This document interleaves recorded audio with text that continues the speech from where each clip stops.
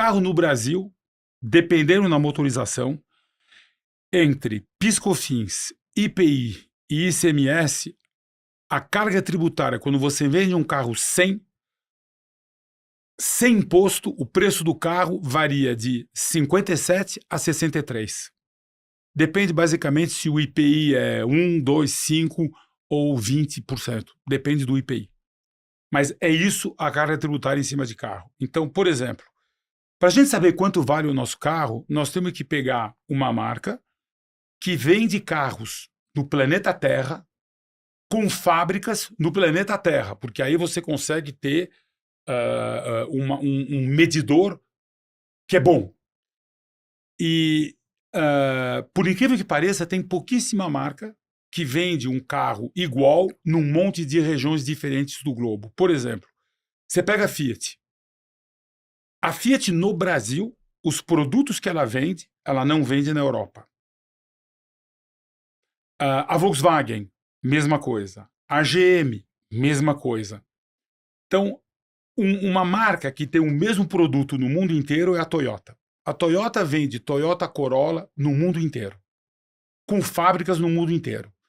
Então, por exemplo, Toyota Corolla tem no Japão, tem na China, tem na Europa, com fábrica na Inglaterra, tem no Brasil e tem nos Estados Unidos.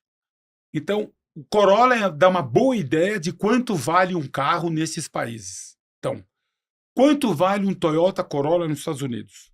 Pega o Corolla mais equipado, não híbrido, porque quando é híbrido, às vezes tem isenção de imposto e muda a tributação. Nos Estados Unidos, um Corolla equipado, XLE, sei lá como é que eles chamam, vale $28 mil nos Estados Unidos. E nos Estados Unidos, tributação em cima de carro, gente, é zero. Não tem tributo em cima de carro nos Estados Unidos. Zero. Zero. Às vezes você tem city tax, às vezes não. Mas o imposto federal em cima de carro é zero. Então, a montadora recebe $28 mil. Se você tem city tax, é acima disso. Então, nos Estados Unidos, o Corolla vale $28 mil. Na Europa, o mesmo Corolla vale 38 mil euros. E a Europa, o imposto sobre carro na Europa é 20%, que é o IVA na França. É 21% na Espanha, é 20% na Alemanha, é 20% na França. Então, 38, você tira 20%, 31, 32 mil euros. Isso quer dizer o seguinte, o preço do Corolla na Europa é $34 mil. O preço do Corolla nos Estados Unidos é 28. O preço do Corolla no Japão é 1,5 milhão de ien. O ien hoje vale 150. Então dá $20 mil. Lá também, imposto sobre carro no Japão é zero. Não tributa consumo. O Japão tributa renda. $20 mil é barato. Quanto é no Brasil um Corolla? R$185 mil. Se você tira 37% de carga tributária, 125 mil, $21 mil a 5,50. Ou seja, o mesmo carro que a Toyota recebe $28 mil nos Estados Unidos ou 34 na Europa, ela aqui vende por 21.500. E no Japão ela vende por 20. Agora, não vamos comparar o custo de produzir um carro no Japão com o custo de produzir um carro no Brasil. No Brasil, tudo custa uma fortuna. Então, o Brasil é um país onde o carro é caro e a montadora recebe pouco. Porque tem um monte... Eu costumo falar, o carro no Brasil é um vetor de imposto.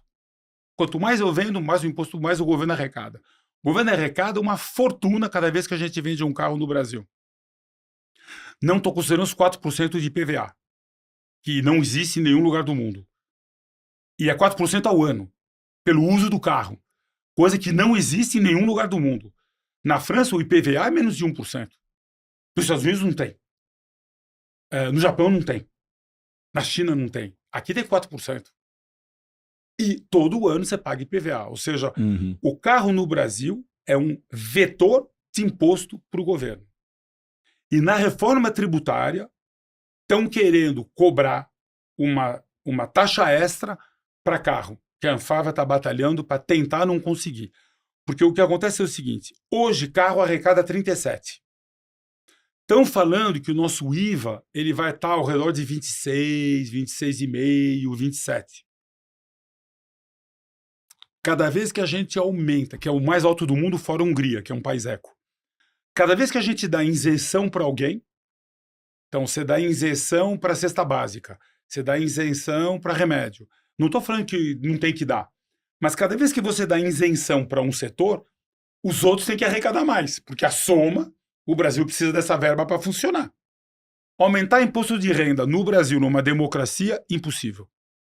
Para você aumentar imposto de... Olha a dificuldade do governo a aumentar o piso pelo qual você não paga imposto. Por exemplo, o piso, eu não sei direito, mas é, por exemplo, R$4.000 você não paga imposto de renda. O governo quer passar para 5.000 para facilitar a vida de quem tem renda mais baixa. Não consegue. Então, e na realidade, quando você tem inflação e você não aumenta o teto, a base de quem começa a pagar imposto, você está aumentando imposto de renda. Então, o que acontece? É impossível você aumentar imposto de renda. Por exemplo, 27,5 vai para 35, esquece. Numa democracia é quase impossível você conseguir fazer isso. Então eu preciso arrecadar no consumo. Eu arrecado numa televisão, arrecado num carro, arrecado em tudo quanto é lugar no consumo, inclusive na comida. Então o que acontece? O carro, na reforma tributária, eles querem pôr no carro o imposto do pecado, que vai ter em cigarro e bebida. Não está decidido ainda. Mas o fato é o seguinte, carro hoje paga 30 e pouco, 37. Se você baixa para 26,5, você vai abaixar a arrecadação do governo nos carros. Mas governo é uma fatia, carro é uma fatia gigantesca de arrecadação para o governo. Ele não pode não ter essa receita. Ou vai ter que aumentar o IVA mais ainda. Conclusão, estão querendo colocar um imposto, não está decidido ainda, mas estão falando em colocar um imposto seletivo a mais no carro, como vai ter em bebida e cigarro, para conseguir manter a arrecadação. O Brasil é assim. Então, o nosso carro no Brasil ele é muito caro para o consumidor, e se você fala em relação a salário mínimo ou renda média, é caríssimo. Mas vamos falar em dólar. O carro no Brasil é caríssimo para o consumidor e é barato para a montadora.